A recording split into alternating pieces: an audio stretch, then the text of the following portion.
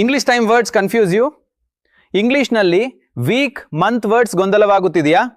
What's till the end? This week, ಈ ವಾರ. I have an English class this week. ಈ ವಾರ ನನಗೆ ಇಂಗ್ಲಿಷ್ ಕ್ಲಾಸ್ ಇದೆ.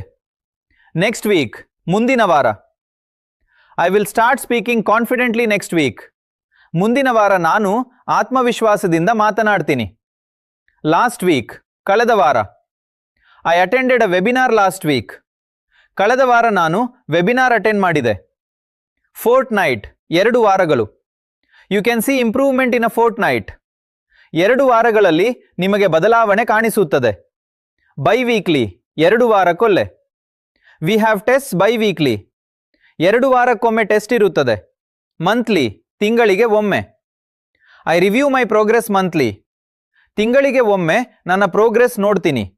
ಕ್ವಾರ್ಟರ್ಲಿ, ತ್ರೈಮಾಸಿಕ. Company results come quarterly. Company result ತ್ರೈಮಾಸಿಕ ಬರುತ್ತದೆ. ಇಯರ್ಲಿ, ಆನ್ಯುವಲ್ಲಿ, ವಾರ್ಷಿಕ.